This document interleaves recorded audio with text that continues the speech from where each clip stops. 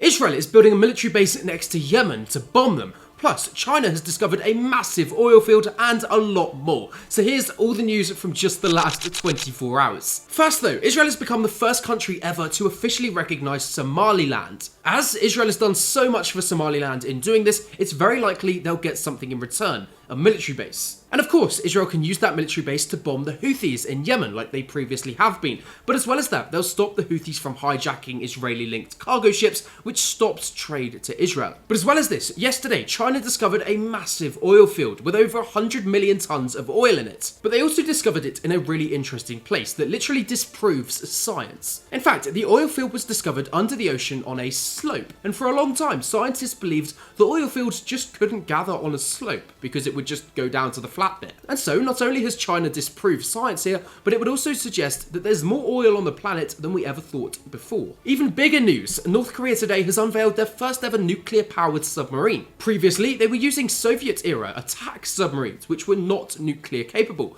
but today that's changed. North Korea says their new submarine can keep up with America's best submarines. I'll be honest, it's unlikely, but it shows North Korea is advancing, and now they have nuclear-capable submarines. The next few pieces of news are far bigger and more important than this, but first, leave me a follow for the global news that nobody else covers. I'm not joking about them being more important, and that's because Israel is preparing to bomb Iran. Today, it was confirmed that Netanyahu will be briefing the US President Trump on new Iranian strikes as early as next week. Yes, this does come after they went to war back in June. They want war again. Only this time, Israel wants to attack Iran's missile capabilities rather than Iran's nuclear capabilities like they did back in June. As well as all of this, the UK stopped a terrorist attack today. The UK said it would have been, quote, one of the deadliest terrorist attacks to ever take place on UK soil. The attack has been prevented, the people who were behind it have been arrested, charged and found guilty, and they will be sentenced in February. One more thing about the UK, you will now be able to join the military, but as a volunteer. Today, the UK unveiled a new programme where instead of taking a gap year and possibly going travelling between the ages of 18 and 25, you'll now be able to join the military and get paid for it like a normal soldier would. So far, only 150 people will be allowed into the programme, but over the next year or so, as the programme starts to pick up and show that it's working,